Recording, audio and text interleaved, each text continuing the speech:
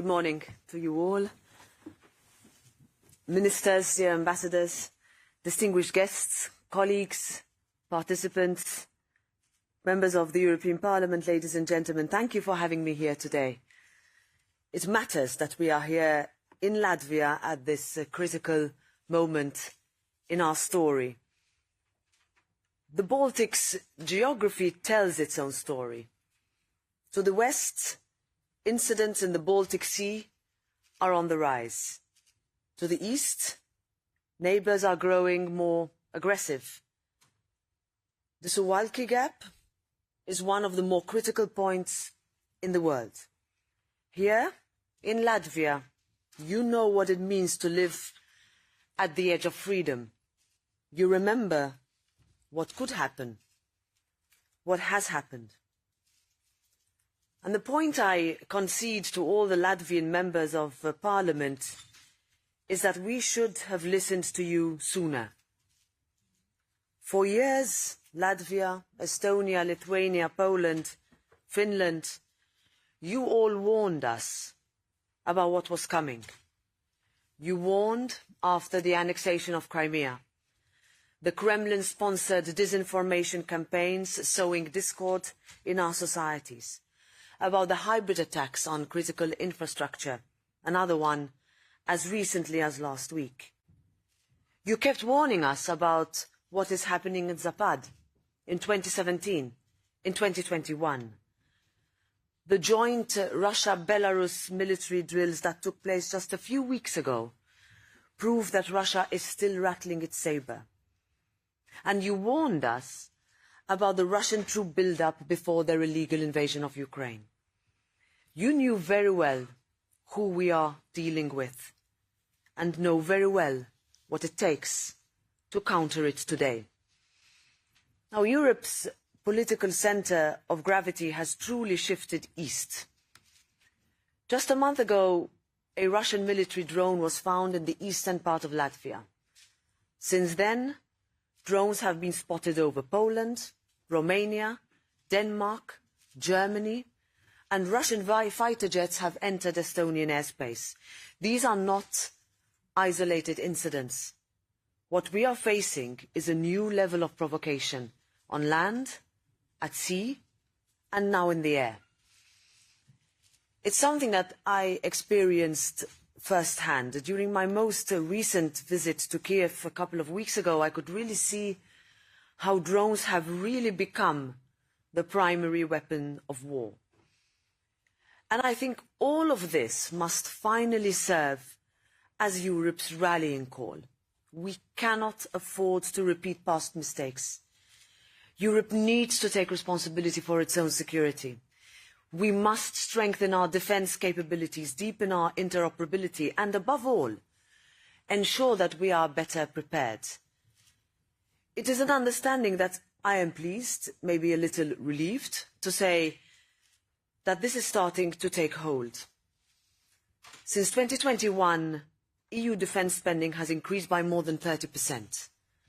And earlier this year, NATO members committed to raising their defence budgets to 5% of their GDP, something that would have been unthinkable even 1 year ago. However, money alone doesn't make us safer.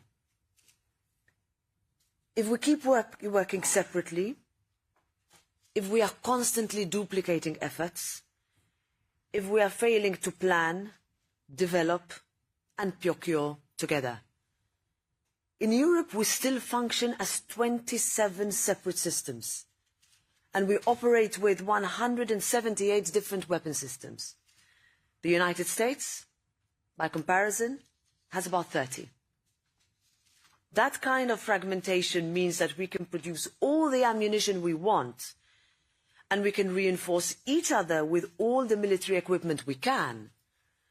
But if our systems are incompatible, or if our forces are not trained to use them properly, then all our efforts risk falling short. That is what is slowing us down, and that is what is driving up costs.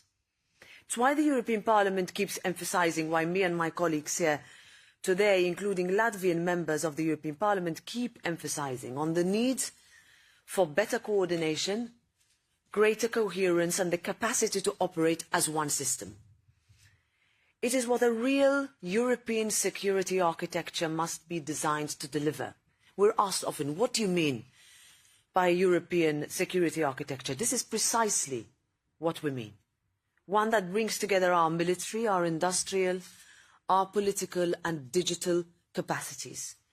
One that allows us to act faster, with more impact, and with one voice. Now, I do not want to be misinterpreted. NATO is and will always be the backbone of our collective territorial defence. And the partnership that we have with the United States is unique, there is no question about that. I think that in this dangerous world, it makes more, not less, sense to deepen partnership with like-minded partners, with Canada and the United Kingdom, for example. It's a point I recently made to leaders at the European Political Community meeting in Denmark last week. I also want to use this moment to recognise Latvia and the Baltic states' indispensable role in the NATO alliance. I deeply value your commitment and I look forward to expressing my and the European Parliament's full support for our eastern flank, including efforts to strengthen security in the Baltic Sea during my visit to Camp Adazi with Prime Minister Selina later today. At the same time, the European Union has its own role to play. And that role is only growing in crisis management, in cyber and hybrid resilience, in strategic deterrence, in building defence capabilities. Not by duplicating what is already there, but by strengthening it. By building a solid European pillar within the alliance, and by strengthening the alliance as a whole. By ensuring, finally, peace through strength. By acting together, by living that age-old European truth, all for one and one for all. That's what Europe means. It's why the European Parliament has acted with unprecedented speed to adopt legislation that will help build economies of scale by aligning defence planning and procurement across Europe. And we are so close to reaching an agreement with Member States on the European Defence Industry Programme. This will aim to simplify processes, remove barriers, and support our defence industry's ability to develop and deliver at speed, hand in hand with Ukraine's industrial base. Now we are working to give Member States greater flexibility in using EU funds so that they can invest in dual-use projects, including drone technology. During my visit to Kiev, President Zelensky was very clear, as he always is. Ukraine has both the field experience and industrial capacity to produce more drones. What they lack, however, is financing. With Latvia a leader in this field, I know you are aware that the impact that this kind of funding can have, support like this strengthens Ukraine's defence, but it also strengthens Europe's readiness. And it is precisely why we are pushing dual-use financing also in the discussion on the next European Union long-term budget. Now, ladies and gentlemen, I've spoken a lot about what the European Parliament is doing, what we are doing together, and what I think is needed to make our defence system stronger and more resilient, to build a security ecosystem that safeguards our territory and our people. But none of this will matter if we don't keep the war in Ukraine at the top of our agenda. Each of us has a role to play in pushing back against war fatigue. Now, we can agree or disagree about many things here, but one fact is indisputable. Ending the purchase of Russian gas and energy strikes at the very heart of Russia's war machine. We will do it faster than expected, and we will look to allies and partners. We should be proud of how far Member States have gone in disentangling themselves from Russian energy, but we must go even further. Of course, phasing out these dependencies must be accompanied by a plan, But the excuses that have held us back for so many years until now are far, far from insurmountable. The same holds true on frozen Russian assets. At the end of the day, all of this, all our efforts coming together and really doing what we thought was impossible a year, 2, 3, 4, 5 years ago. This comes down to sustaining genuine peace. And it has come, in a way, to us as a surprise, I would say, as political representatives, as elected politicians, when we ask, what do we mean by peace?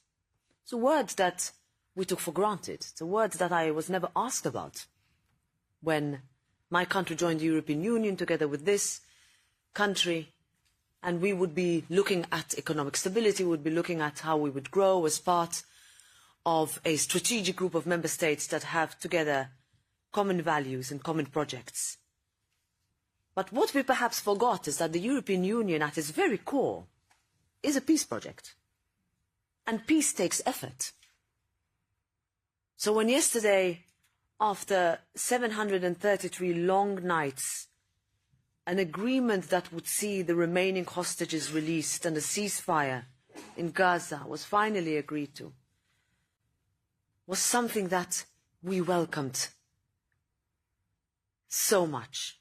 This is a moment for peace and renewal in the Middle East. It opens a path that could finally end the intergenerational cycle of violence, of suffering and terror that has plagued the region. It must be respected and it must be thoroughly implemented. Peace is never easy. It takes difficult, sometimes uncomfortable, but necessary decisions. Whether that's playing a constructive role in ensuring the Gaza peace agreement holds, whether that is standing with Ukraine and remaining steadfast in the principle of nothing about Ukraine without Ukraine, whether that is advancing merit-based enlargement as a clear geopolitical strategic priority, whether that's supporting democracy and countering Russian intimidation in our neighbourhood. The election results in Moldova were encouraging, but make no mistake, the story is far from over. Or, as I said at the very start of my few words today, whether that's pushing Europe to take responsibility over its own security. We need to get to the next level of defence. And here, Latvia just sent a strong signal of commitment to the world. For the first time in your history, you will serve on the UN Security Council. And on behalf of the European Parliament, I wish you every success, and I very much look forward to standing with you as the champion of these shared priorities. This is Europe's, I would say, security, whatever it takes moment, and we count on Latvia to help continue lead that drive. Thank you.